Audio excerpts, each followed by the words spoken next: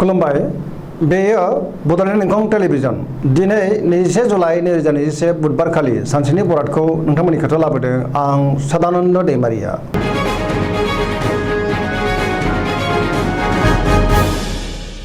सिगां फरायनो लादों मेष राशि गिबि हांखो अ ल। दिनैनि साना जोबोर मोजां जेरावबो देरहासार जानो हागोन। महर मोखाङाव साबस्रांनाय फैगोन देलायनो रोंगोन मावनो लानाय खामानिखौ थि समावनो मावफुंनो हागोन गोसोखौ जोबोर गोजोननाय मोनगोन देहाया दिनै मोजाङै थागोन अब्लाबो जानाय लोंनायाव सांग्रां जानाया गाहाम बहानिफ्रायबा मोजां खौरां फैनो हागौ रांखावरियाव दिनै जोबोर मोजां होनजायो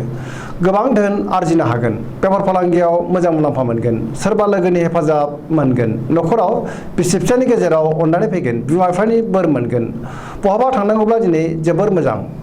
दिनै मोजाङैनो हान्थिनो हागोन गुबुननि गोसोखौ गोरलैयैनो बोनो हागोन गोसोनि बोलोआ बांगोन समाजाव मान मोनगोन पजिटिभ एनार्जिनि गोहोम गोग्लैगोन गोसोनि साननाय आरो लुबैनायफ्रा मोगथाङाव जाफुंसारगोन लाइमोनफोरा दिनै मोजां खौरां मोनगोन गोसोआ दिनै जोबोर रमान्टिक जागोन फरायसाफ्रा फरायनायाव गोसो दुंखांगोन आरो मोजां फिथाइ मोनगोन पजिटिभ एनार्जिनि गोहोम गोग्लैगोन सरासनस्रायै दिनै साना जोबोर मोजां आरो मोजाङैनो बारग'लांगोन।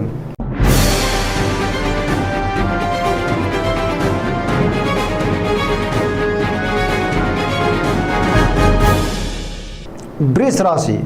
गिबि हांखो इ उ ब। दिनैनि साना जोबोर मोजां गोख्रों थांखि लानो रोंगोन गुबुनजों गनायजागोन गावनि सिनायथिखौ होनो हागोन गोसोखौ जोबोर गोजोननाय मोनगोन गोसोनि बोलोआ बांगोन मावनो लानाय खामानिखौ थि समावनो मावफुंनो हागोन समाजाव मान मोनगोन रांखावरियाव जोबोर मोजां होनजायो गोबां धोन आरजिनो हागोन आयआ बांगोन बेफार फालांगियावबो मोजां मुलाम्फा मोननो हागोन न'खराव बिसि फिसायनि गेजेराव अननानै फैगोन देहाया दिनै मोजाङै थागोन गुबुननि हेफाजाब मोनगोन जायखि खामानि मावानो दिनै मोनफ्रोमबो खामानिखौनो गोरलैयैनो मावफुंनो हागोन लोगोफोरनि अनसायनाय आरो हेफाजाबखौ मोननो हागोन गोसोनि साननायफोरा जाफुंसारगोन पजिटिभ एनार्जिनि गोहोम गोग्लैगोन।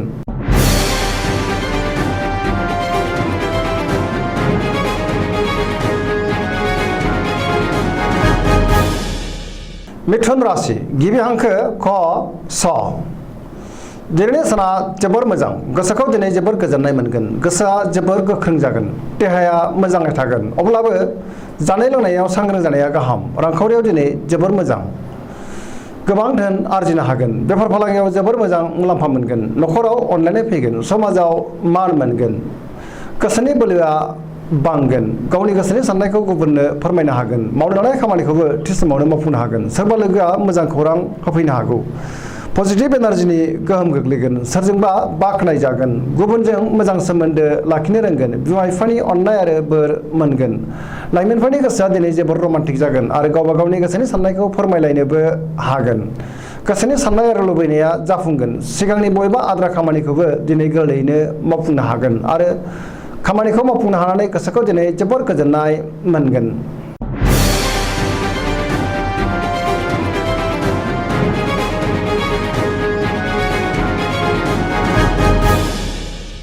कर्कट राशि गिबि हांखो ड ड ह। दिनैनि साना बारा मोजां नङा सोरबा लोगोजों एना एनि जानो हागौ बबेबा आयदाखौ लानानै दान्थे बिदान्थे जानो हागौ गोसोनि साननायफ्रा गोरोबलायनाय नङा गोसोआव नेगेटिभ साननाय फैगोन गुबुनजों बाङाय बुंनायानो गाहाम नङाब्ला गुबुना गोरोन्थि बुजिगोन मावनो लानाय खामानिखौ थि समावनो मावफुंनो गोब्राब जागोन रांखावरियाव मोजां नाथाय खरसायाबो बांगोन बेफार फालांगियाव मोजां मुलाम्फा मोननो हागोन देहाया दिनै मोजाङै थागोन अब्लाबो जानाय लोंनायाव सांग्रां जानाया गाहाम माबा साननानै गोसोखौ दिनै गिलुं गिलुं मोनगोन आरो गोसोआ दरसि दरसि जागोन अदेबानि गुबुननि हेफाजाब मोनगोन न'खराव अननानै फैगोन समाजाव मान मोनगोन फरायसाफ्रा फरायनायाव मोजां फिथाइ मोननो हागोन धोरोमारि बिथिङाव गोसो दुंखांगोन आरो मोजाङैनो फुजिनो रोंगोन।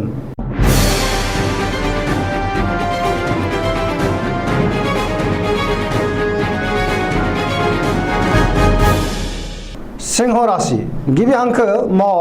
ट। दिनैनि साना जोबोर मोजां गोसोआव जोबोर गोग्गो आरो गोथों साननाय फैगोन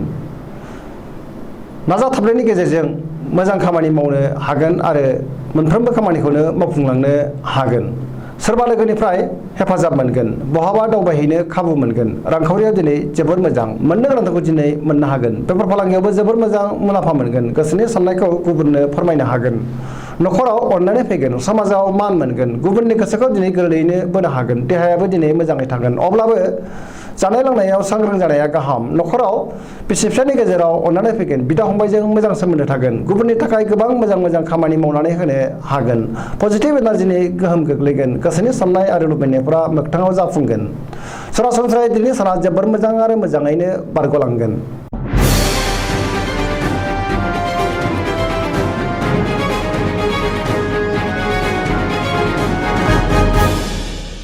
कन्या राशि गिबि हांखो प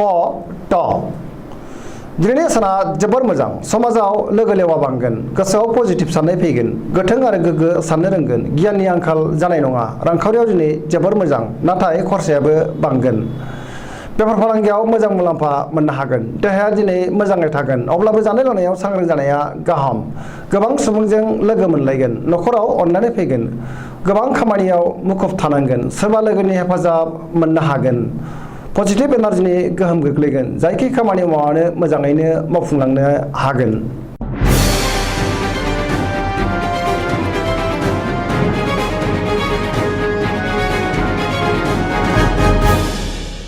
तुला राशि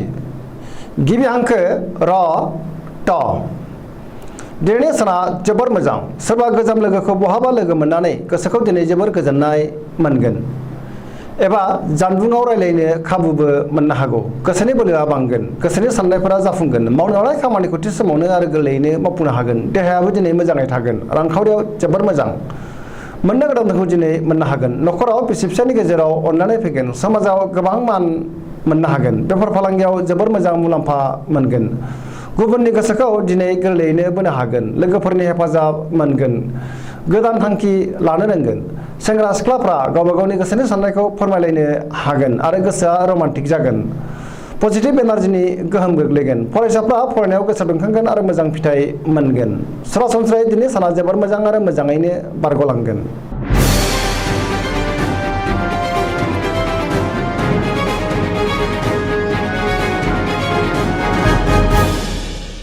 वृश्चिक राशि गिबि हांखो न स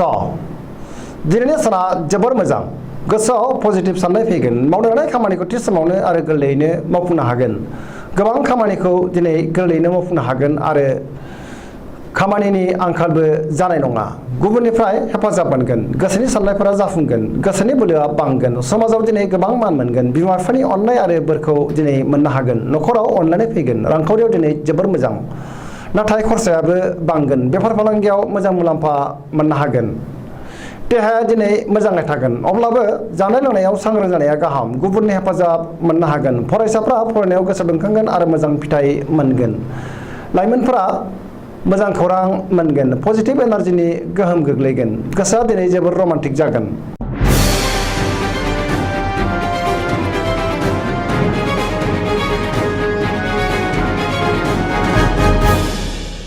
धनु राशि गिबि हांखो ढ फ भ दिनैनि साना बारा मोजां नङा माबा मोनसे गोरोन्थि मावफ्लांनानै गोसोखौ दिनै जोबोर गुलाय गुजाय मोनगोन गोसोनि बोलोआबो लोरबां जागोन मावनो लानाय खामानिखौ थि समावनो आरो गोरलैयैनो मावफुंनो गोब्राब जागोन गोसोनि साननायफोरा देबार नांगोन रांखावरियाव मोजां नङा मोननो गोनांखौ दिनै मोननो गोब्राब जागोन बेफार फालांगियाव खहा जानांनो हागौ देहाया दिनै मोजाङै थागोन अब्लाबो नाथाय जानाय लोंनायाव सांग्रां जानाया गाहाम न'खराव बिसि फिसायनि गेजेराव अननानै फैगोन बिदा फंबायनि हेफाजाबखौ दिनै मोननो हागोन बिमा बिफानि अननाय आरो बोरखौ मोनगोन बहानिफ्रायबा हरखाबै नाथाय गाज्रि खौरां फैनो हागौ लाइमोनफोरनि गोसोआ दिनै जोबोर आला खाला जागोन गोसोनि साननायफोरा देबार नांगोन नेगेटिभ एनार्जिनि गोहोम गोग्लैगोन सांग्रां जानाया गाहाम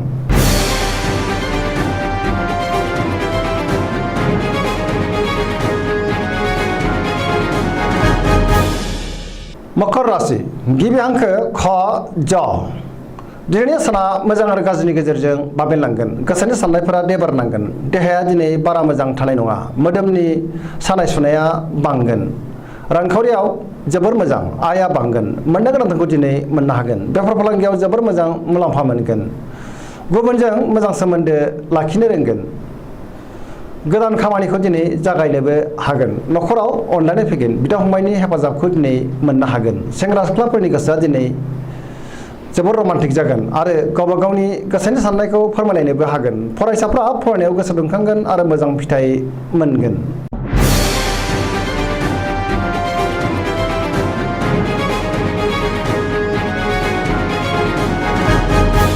कुम्भ राशि गिबि हांखो ग स स दिनैनि साना जोबोर मोजां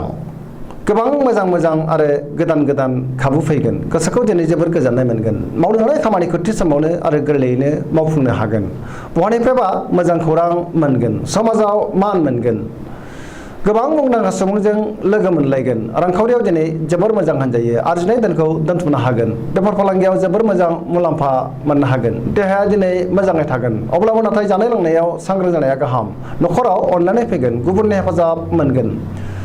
बिमा बिफानि अननाय आरो बोरखौ मोननो हागोन बहाबा दावबायहैनो खाबु मोनगोन पजिटिभ एनार्जिनि गोहोम गोग्लैगोन सोरबा लोगोनिफ्राय मोजां खौरां फैगोन।